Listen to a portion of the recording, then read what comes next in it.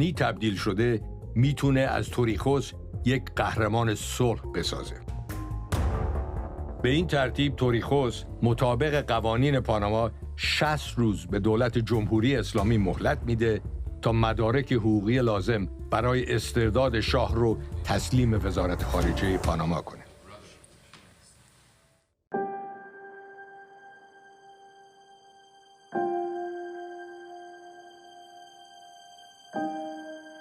یک سال از خروج شاه از ایران میگذره و او تا به حال با هیچ رسانه‌ای مصاحبه اختصاصی انجام نداده و اظهار نظر سیاسی نکرده.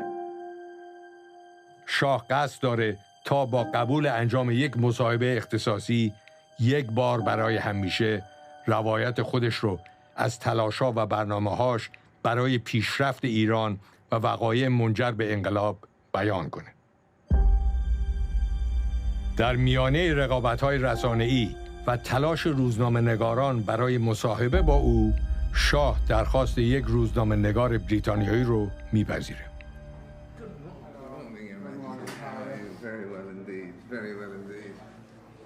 دیوید فراست که تا پیش از این چند بار در ایران با شاه گفتگو کرده بود، حالا برای انجام این مصاحبه به تنها هتل جزیره کنتدورا اومده.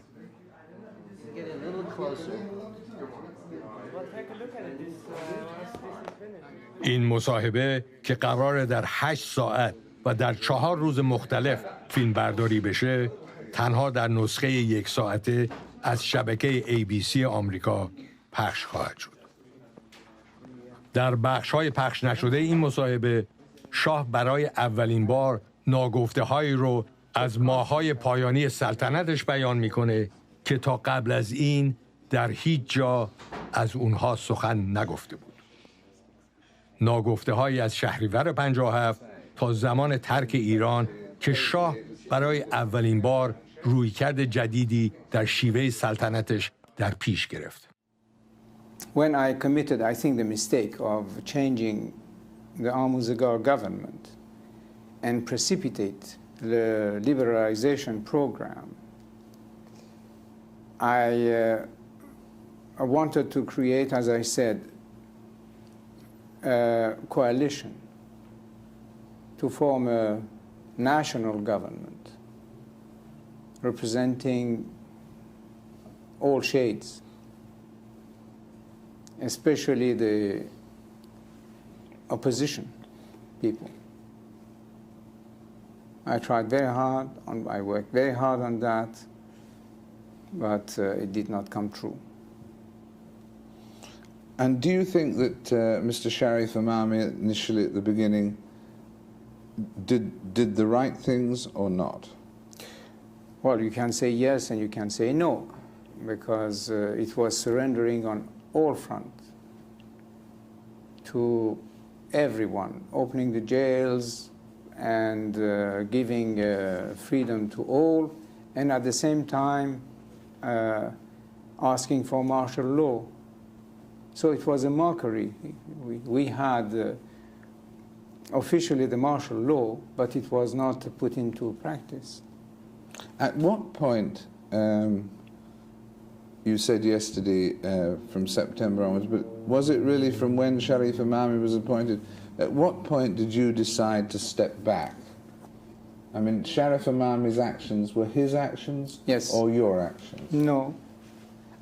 With this government, they started to be on their own completely. He would come and see me, obviously. He would telephone to me. I would telephone to him. But the question of what the system that used to work before was absolutely changed. They would adopt and decide about things that they would never even report to me. Was there a time when you privately said to yourself, I may have to leave, before anyone suggested it to you? I may not win this battle?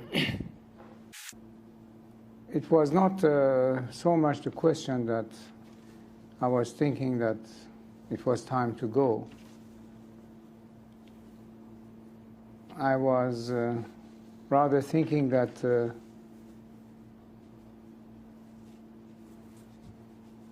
you know, like an end to something. Without thinking of going, you were thinking maybe this is the end of an era. Of something. Of me, of an era, or of something. So the question is that, so all those forces which were liberated, and we should have established this beautiful democracy, where are they today? As I said, either outside the country or in hiding.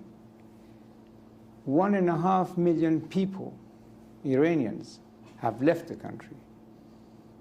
Not only the rich people, but the best brains of the country, the best minds of the country, they have all left. Everybody who can leave the country is leaving the country.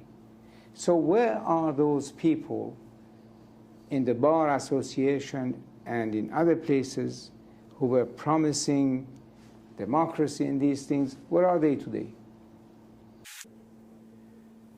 You ask me why they are concentrating so much against me, my person, and accusing me of mass murdering or even money manipulation, which is very far from my nature. The adopting this Nazi-like propaganda is something quite curious.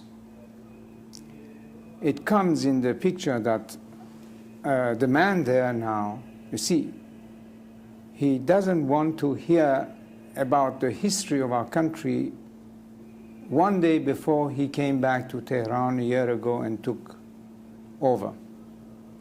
He says the history of the country does not exist. There has not been a single good king in the history of Iran. So he thinks that the history of Iran starts with him on whatever it was, February of 1979. That's why they are concentrating so much on me, because I was the king. The history of Iran must disappear, with I as a king, with the other kings, with everything that existed before February 1979. A patriot must think of the future. I'm thinking of the year 2000. If we kept our youth and our population out of the orbit of the new technology, how could we be competitive with the rest of the world in the year 2000? Unless we are ready to fall in the category of the 5th or 6th great nations. Now they say that boys of 15 and girls of 13 could marry. Our population explosion is 3.2 already. Soon it will become, I don't know, in the category of 5 to 6%. How are they going to feed these mouths?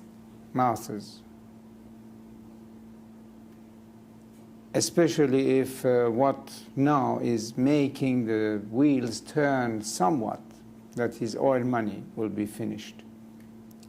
It's only through technology and mastering the science, and the future of the world is based on technology and science. And this is only in the Western world that you could find. So the man is not thinking of the country or its future, only about his hatred against me. I'm thinking of the country, of our people, of our future, and he's just want to destroy what I am. That's the difference. And when I tell you, Mr. Frost, that I still cannot understand, I will repeat that again. I still cannot understand what has happened. If you had your time as Shahanshah over again, those 37 years, what would you have done differently?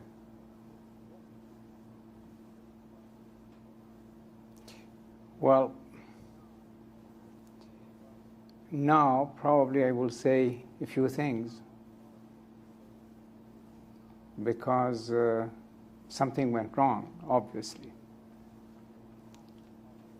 And in addition of either saying the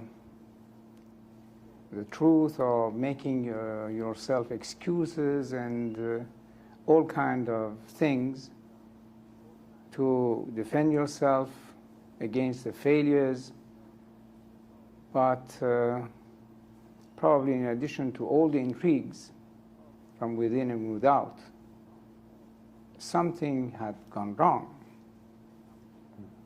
And this is what I think about. I have recently published a book in which I elaborate on some of these subjects, but I will tell you now that either we started a little too late the liberalization program, or we started a little too early and too fast. Either we should have started it in 1973 instead of 75 or 6, or at a time of crisis, when we were seeing that things were moving in the direction of complete chaos and anarchy, then to take our time, first to reestablish law, order, and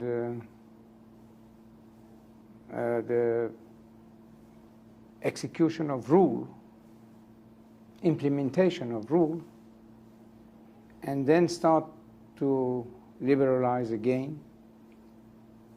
It's one of those two things, but I was following my inner instincts.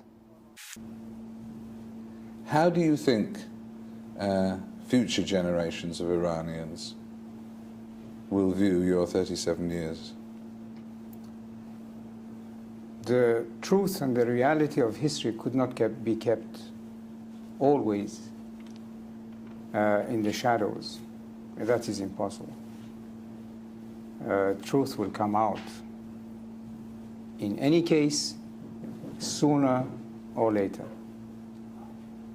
And at that point, in 50 years' time, how will future Iranians judge you? 50 years, I hope it will be sooner than that. Well, whenever, I was saying, how will your people, after a period, judge you? Well, if they read history, they will see what it was before my father, what it was when I took over, and what it was when I left. Do you feel that your people let you down, or that you let your people down? First of all, when we say the people, we cannot talk about all the people. That's absolutely not true. I can say that the silent majority remained silent. And if I let my people down, it was for the purpose that I tried to explain, that a king cannot be a dictator and that a throne could not be based on blood. This is my only explanation for what it is worth. Did your people let you down, do you think? Well, the majority remained silent.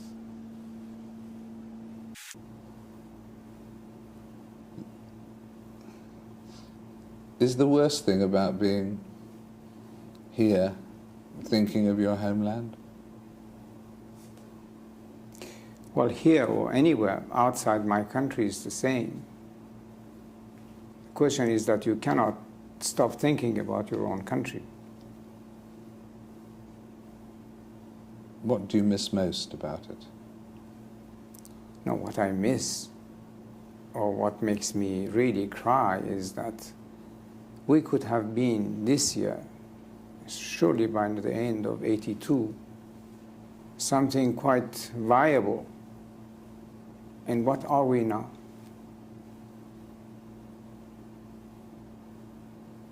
What has it served? The religion? Democracy? Human rights? The rule of the people?